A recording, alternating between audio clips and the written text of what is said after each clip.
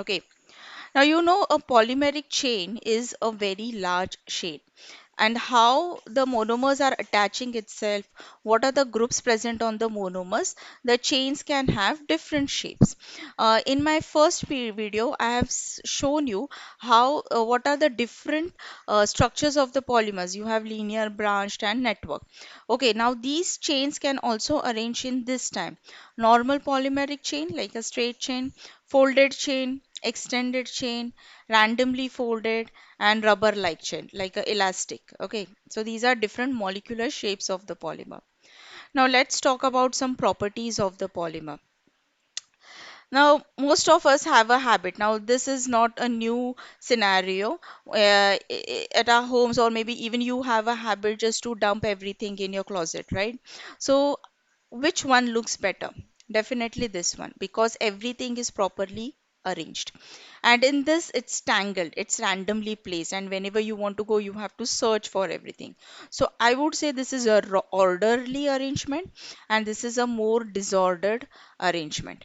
So even when the polymers when the polymers are formed, they can have an ordered arrangement and a disordered arrangement.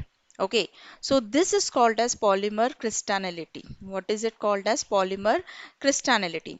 So when the polymers are arranged in a proper manner like this, so this is called as crystalline polymer. Okay, and when there is a disordered arrangement, it is called as amorphous polymer. So there are two types of polymer: crystalline, where it is regularly arranged; amorphous, when it is irregularly arranged. So just look at this images over here. So this is your crystalline part of the polymer. So this is how they are regularly arranged. Okay, this is the regularly arranged part, and this in the same structure. So look at this. This part is the regularly arranged part, where you can see the chains are very well arranged and besides each other. And whereas this part is the amorphous part, where they are randomly arranged. Okay. So in our polymer, part of the molecule is arranged in a regular order. This is called as the crystalline region of the polymer, and between these crystalline regions, they are randomly arranged. Molecules are randomly arranged. So this is random disorganized state, and this part is called as the amorphous region. So in a polymer, we have two parts: a crystalline part and a amorphous part. Okay. Next is melting and glass transition phenomena. So this is a second property. A small part of this property I have included in this, probably I guess it is the second or third video. I guess it should be the second one. So what is, or maybe first one, you can have a look, but this is in more detail. So glass transition temperature. Now the glass, when we hear the word glass, it is what? Hard, right? Now polymers have a capacity. When we say polymers like plastic, it has the property of elasticity, right? Okay, so plasticity, that is called as plasticity. So polymers have a property which depends upon the temperature. When you heat a polymer, or when you heat any substance, what happens to the molecules? They go apart, they move apart from each other. And when we cool a molecule, the molecules come closer to each other. Like example of water. When we heat, water becomes vapor. Molecules are moving apart. When we cool, the molecules become come closer, like, and they form ice. Similar transition is happening in polymers also. So glass transition temperature is a temperature in such a way that beyond this temperature, the polymer becomes hard, glass-like. Okay, and when the temperature increases below Tg, the glass behaves very plastic behaves very hard and glass-like, and at higher temperature, it becomes soft and rubbery. Okay, so when a polymer is cooled, just like water, okay, so when the polymer is cooled, below this temperature, the temperature is called as the glass transition temperature. It becomes hard and brittle like glass. So Tg explains the flexibility of the polymer. Above the Tg, it is soft. Below the TG, it is hard. Simple. Above TG, it is soft, and below TG, it is hard. Now,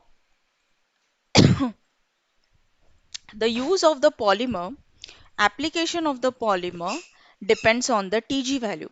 So, depending where you want to use a polymer, use a plastic, knowledge about the TG is extremely important. Okay, and this state, TG and TM, this stage is the stage where it can sustain the stress, where it can sustain that stress. So above the TM, it will become fluidic, fluid-like, and below TG, this will become glass-like. Okay, so knowing the TG and the TM of the polymer is extremely important. And what does it tell you? The TG value will tell, now you can see there are different TG TM values, and these tell you TM, can you can say it melting point temperature. Okay, so above these temperature it becomes very fluid like, water like. And all these TG TM, what do they indicate? Rigidity, toughness, viscosity. Okay, and these properties, the rigidity, toughness, the fluidity, flexibility, all these properties are affected by what? By molecular weight, cross linkages. If you are adding any plasticizers, this will affect the fluidity of the plastic or the polymer. Okay, some bonds like carbon-carbon bonds, carbon-oxygen bonds, then aromatic ring present in the polymer can affect the TG. So these are some of the points that you can remember for glass transition temperature. I hope you people are understanding this. I've included all of this in one slide only so that everything you get in one slide. Let's talk about the next important property of polymer, that is viscoelasticity, which is similar or depends on the TG that we have previously seen. So when the temperature of a polymer is increased, okay, it becomes fluid like, right? It becomes like a liquid at high temperature.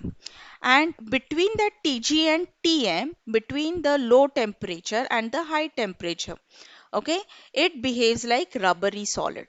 Okay, it can be stretched, so it becomes viscoelastic. We call this state as viscoelastic.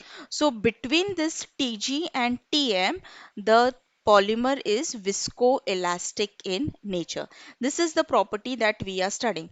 Above TM, liquid, below TG, solid, and rubbery between TG and TM. That state is called as what? Viscoelastic state. So what is viscoelasticity? It's a property of materials that exhibit both viscous and elastic character. Okay, so a rubber-like polymer softens, fine, and the change from the solid to rubbery state and to viscous liquid is reversible. So depending on what you have to use it for, you should always know the viscoelasticity. You can see these images over here, right? The cartridge, artificial cartridge, or silicon. Silicon is a good viscoelastic polymer. I've just shown you some images so that you get a better understanding. This gives you a better understanding. So imagine you are having a silicon rubber. Okay, it's like viscoelastic. It's very elastic in nature. So if you roll up this into a ball and drop it on the floor, it will bounce. Okay, like a ball, it will behave like a ball. But if you just keep this ball for a longer time on a table, what will happen? That ball will flatten out. It will flow like a liquid over a period of time. Okay, this stage is called as what? Viscoelastic stage. Are you understanding this? Fine.